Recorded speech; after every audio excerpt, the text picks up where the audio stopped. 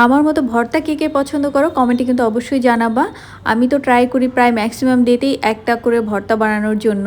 তো আজকে আমি বানাবো মিষ্টি কুমড়ার ভর্তা। এর আগে একদিন আমি মিষ্টি কুমড়ার ভর্তা বানিয়েছিলাম, সেদিনও খেতে বেশ মজা হয়েছিল। তাই আজকে আমি আবারও মিষ্টি কুমড়ার ভর্তা বানাচ্ছি। এখানে আমি বেশ কিছু কাঁচামরিচ, রসুন একসাথে একটু তেলে ভেজে নিয়েছি। সেগুলি আমি ভালো মতো ডলে নিব। আর সাথে আমি এখানে পেঁয়াজ কুচি নিয়েছি। তো পেঁয়াজ কুচি দিয়ে ভালো মতো সবগুলো আমি ডলে নিব। আর এখানে আমি ধনিয়া পাতাও অ্যাড করব। শীতকালে তো ধনিয়া পাতা না হইলেই নয়, আর এখন কিন্তু অনেক ফ্রেশ ফ্রেশ ধনিয়া পাতা পাওয়া যায়। ধনিয়া পাতা আমি আগে খেতে পারতাম না, তবে এখন আমার বেশ ভালো লাগে ধনিয়া পাতা। তো এখানে আমি সব কিছু কিন্তু খুব ভালো মতো ম্যাশ করে নিচ্ছি। আমি কাঁচামরিচ দেওয়ার পাশাপাশি এখানে অল্প পরিমাণে চিলি ফ্লেক্স অ্যাড করেছি, কারণ এতে করে ফ্লেভারটা অনেক সুন্দর আসে। আর এমনিতেও আমার ঝাল খেতে অনেক বেশি ভালো লাগে। একটু বেশি ঝাল না হলে ভর্তা কিন্তু আবার মজা লাগে না। তো তারপর কিন্তু এখানে মিষ্টি কুমড়াটা আমি আগে থেকে সেদ্ধ করে হালকা একটু ভেজে নিয়েছি তেলে। তো সেটা আমি এখানে দিয়ে দিচ্ছি, দিয়ে ভালো মতো এখানে মেখে নিব।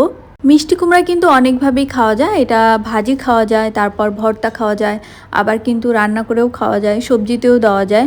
অনেকভাবেই কিন্তু মিষ্টি কুমড়া খাওয়া যায়, তবে আমার কাছে ভর্তাটা ভালো লাগে, আবার ভাজিটাও ভালো লাগে। আমার মিষ্টি কুমড়া রান্নাটা খুব একটা মজা লাগে না। তো আমার কিন্তু ভর্তা একদমই রেডি। দেখতেই পাচ্ছ আমি কিন্তু এটা অন্য একটা ছোট বাটিতে তুলে নিলাম। আমার কিন্তু ভয়েস দেওয়ার সাথে সাথেই মনে হচ্ছিল জিভে পানি চলে আসছে, কারণ ভর্তা দেখলেই আমার এমন ফিল হয়। তো ভিডিওটা তোমাদের কেমন লাগলো কমেন্টসে কিন্তু অবশ্যই জানাবা। আল্লাহ হাফিজ।